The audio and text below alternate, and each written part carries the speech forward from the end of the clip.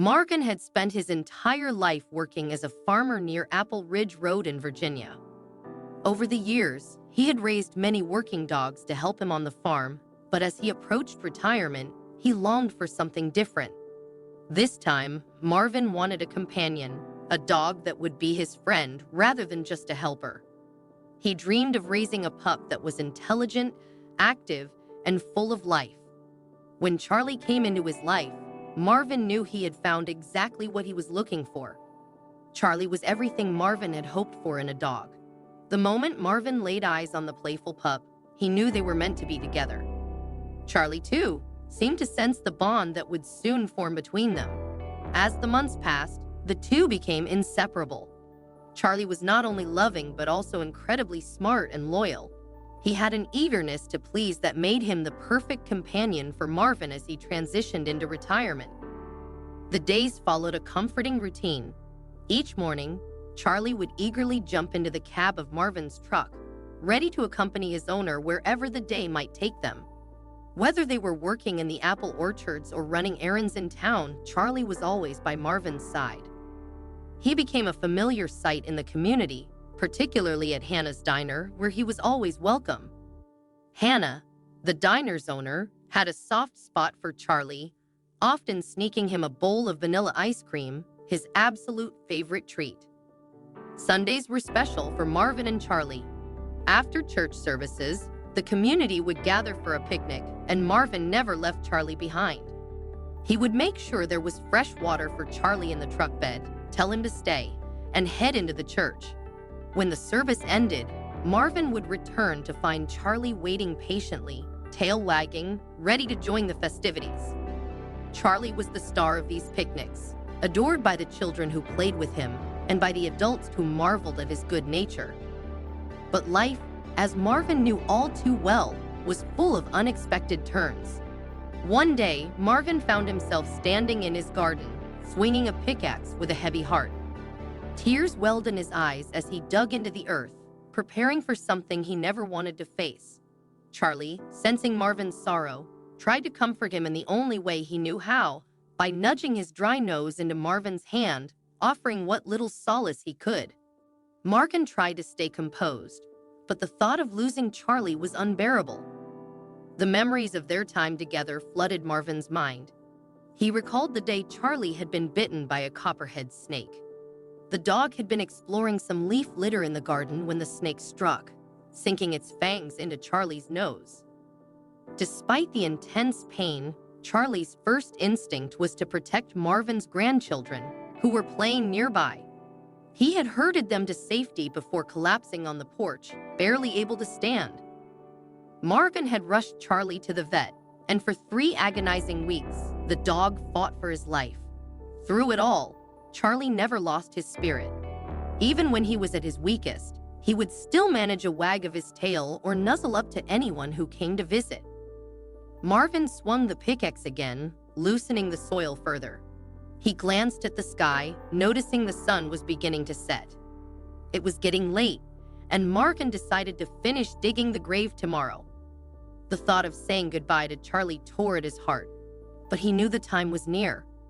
He planned to spend the next evening with Charlie, savoring their last moments together before calling the vet to perform the inevitable. The next morning, Marvin's heart was heavy as he slung the pickaxe over his shoulder and called for Charlie. The dog struggled to his feet, groaning with the effort, but his eyes still sparkled with affection. His tail gave a feeble wag as he followed Marvin, who kept his pace slow to ensure Charlie could keep up. As they approached the house, Marvin's wife, Angela, was waiting on the porch. She waved and called out something, but the wind carried her words away. When Marvin reached the porch, he set down the pickaxe and hugged her tightly. "What were you saying?" he asked. Angela explained that the vet had called and left a message, urging Marvin to return the call as soon as possible. Marvin sighed, knowing what the vet would likely say. He wasn't ready to talk about it yet, so he decided to put it off until the next day. Later that day, as Marvin sat on the porch with Charlie at his feet, he thought about the vet's earlier advice. The vet had suggested finding temporary homes for their other animals until the farm was cleared of any potential danger. It was hard for Marvin to focus on anything else but the sorrow of losing Charlie. The pain of that reality weighed heavily on him. He remembered the day when everything changed. It had started like any other, but when Marvin went to find Charlie, the dog was missing.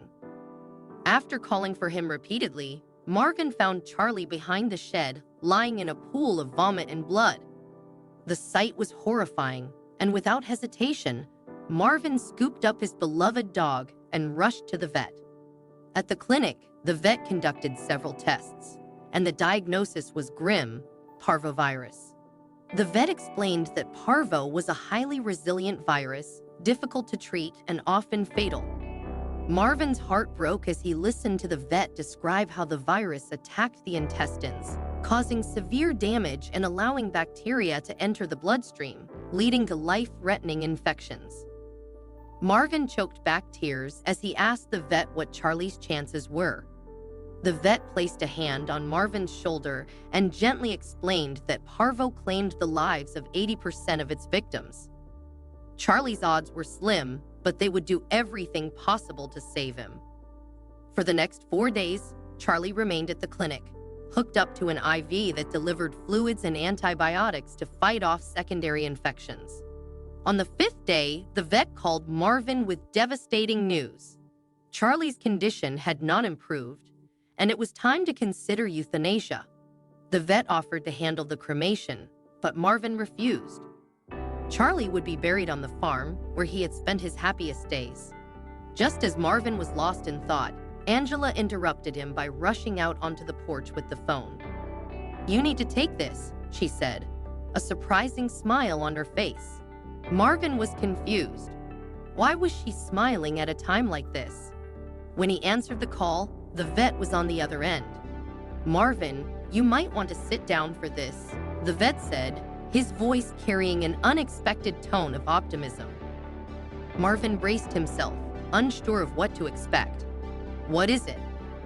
he asked, his voice trembling. "We were wrong," the vet said. "I rechecked some of the samples. It's not parvo, Marvin." Marvin could hardly believe his ears. "Not parvo," he repeated, barely able to comprehend the words. "Then what is it?" The vet explained that Charlie had a severe case of whipworms, which had mimicked the symptoms of parvo. Unlike parvo, whipworms were easily treatable. The vet assured Marvin that with proper treatment, Charlie would recover fully. Tears of relief filled Marvin's eyes as he looked down at Charlie, who seemed to sense his owner's change in mood. Marvin smiled through his tears. "Well, Charlie," he said, "what are we going to do with that big hole in the garden now?" Charlie tilted his head as if he were pondering the question, then gave his tail a joyful wag. Marvin laughed, feeling a weight lift from his shoulders. The nightmare was over, and Charlie was going to be just fine. The following day, Marvin took Charlie back to the vet for treatment. The vet administered the necessary medication and assured Marvin that Charlie would be back to his old self in no time. And true to his word, Charlie made a full recovery. Marvin was grateful for every moment he had with his loyal companion. The bond they shared had grown even stronger through the ordeal, and Marvin was reminded of how precious life was, especially the life of his beloved friend Charlie.